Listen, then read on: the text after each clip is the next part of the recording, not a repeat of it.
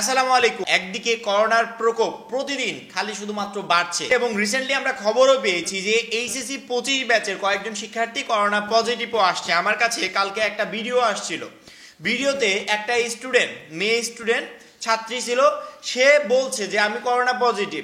এখন আমি যে করোনা পজিটিভ, আমি কি পরীক্ষা দিতে পারবো, বা পরীক্ষা দিলেও আমি কিভাবে পরীক্ষা দিব? যদি পরীক্ষার হলে যাই, আমার থেকে তো অন্যান্য শিক্ষার্থীরা সংক্রমিত হবে। সেক্ষেত্রে শিক্ষা বোর্ড এর ব্যাপারে কি ভাবছে বা এই বিষয়ে কি সিদ্ধান্ত নিবে?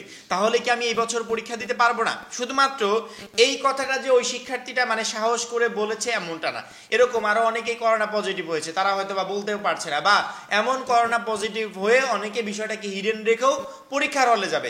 সেক্ষেত্রে শিক্ষা বোর্ড এই বিষয়গুলো নিয়ে কি করবে? মাত্র 100 টাকায় এইচএসসি 25 টার্গেট এ প্লাস কোর্সে যারা এখনো যুক্ত হও নাই, খুবই দ্রুত করো। কারণ কি, একটা মাত্র কোর্সে তুমি বাংলা প্রথম পত্র এবং দ্বিতীয় পত্র, ইংরেজি প্রথম এবং দ্বিতীয়, সেই সাথে আইসিটি, এই টোটাল 5টা সাবজেক্টের 100% কমন সাজেশন পাচ্ছ পিডিএফ আকারে। শুধুমাত্র সাজেশন না, বিগত 5 বছরের বোর্ডের এমসিকিউ টোটাল প্রশ্ন ব্যাংকটা আমরা উত্তর সহ দিচ্ছি এখানে পিডিএফ আকারে।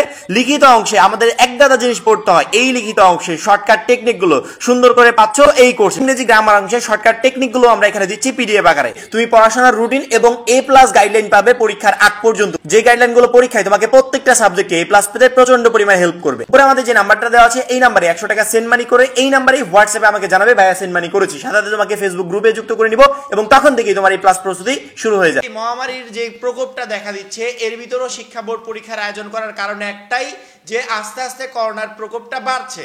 শিক্ষা বোর্ড হয়তো বা কয়দিন পর এই পরীক্ষার আয়োজনই করতে পারবে না। সেক্ষেত্রে বিষয়টা আরো ঘোলাটে হয়ে যাবে। যারা ভালো শিক্ষার্থী, যারা মেধাবী শিক্ষার্থী, তারা মেধার মূল্যায়ন পাবে না। এখানে শিক্ষা বোর্ড চাচ্ছে যে এখনো যেহেতু ব্যাপক আকারে মহামারী দেখা দেয় নাই, আমরা এই কয়েকদিনের ভিতরেই পরীক্ষাটা কমপ্লিট করে ফেলবো, যাতে পরবর্তীতে এই ধরনের কোনো প্রবলেম না হয়। যার জন্য শিক্ষা বোর্ড সবকিছুকে উপেক্ষা করে পরীক্ষার আয়োজন করতে যাচ্ছে 26 তারিখ থেকে। এই মুহূর্তে সর্বশেষ আপডেট যদি বলি, শিক্ষা বোর্ড আসলে কিছু নির্দেশনা দিয়েছিল, তোমাদের উদ্দেশ্য কিছু নির্দেশনা দিয়েছিল, যে নির্দেশনাগুলো তোমাদের পরীক্ষার সময় বাধ্যতামূলক মানতে হবে। এবং যারা করোনা আক্রান্ত হবে পরীক্ষার আগ মুহূর্তে বা পরীক্ষার সময় বা পরবর্তী সময়ে, যারা করোনা আক্রান্ত হবে পরীক্ষা যখন দিতে যাবে, অবশ্যই মাস্ক তুমি বাধ্যতামূলক মুখে দিবে।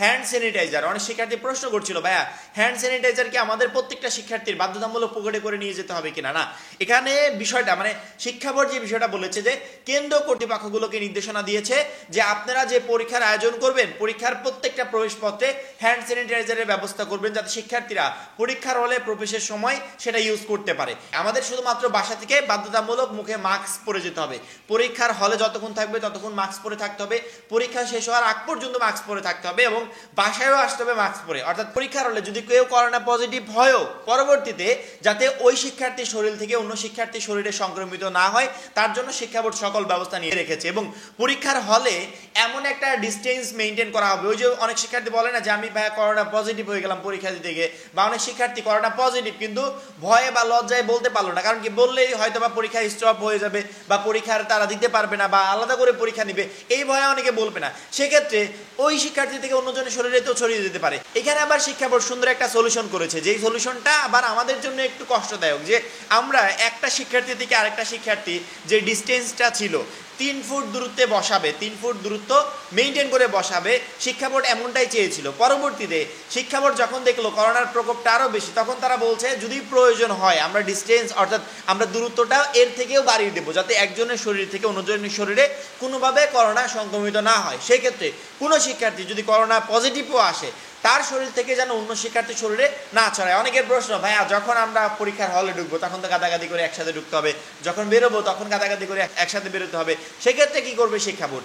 এখন এই বিষয়গুলো নিয়ে শিক্ষা বোর্ড কি করবে, হয়তো বা শিক্ষা বোর্ডের আলাদা কোনো প্ল্যানিং আছে, আমরা তো বলতে পারি না। কারণ কি, শিক্ষা বোর্ড আমাদের কাছে সর্বশেষ যে আপডেটগুলো দিয়েছে বা যে নির্দেশনাগুলো দিয়েছে তার উপর ডিপেন্ড করে আমরা সর্বোচ্চ তোমাদেরকে সলিউশন দিতে পারি। এর অতিরিক্ত যেটা শিক্ষা বোর্ড জানে নেই সেটা নিয়ে আমরা কিছু বলতে পারি না।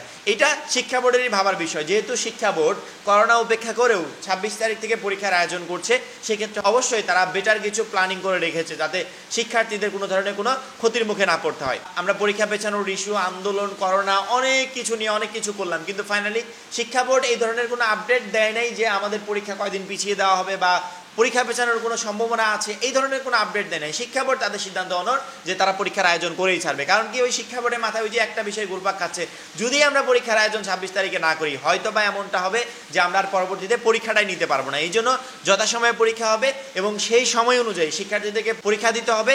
এর জন্য প্রত্যেকটা শিক্ষার্থীকে একটা বেটার প্রিপারেশন নিতে হবে, যাতে পরীক্ষার হলে প্রত্যেকে ভালো রেজাল্ট করতে পারে।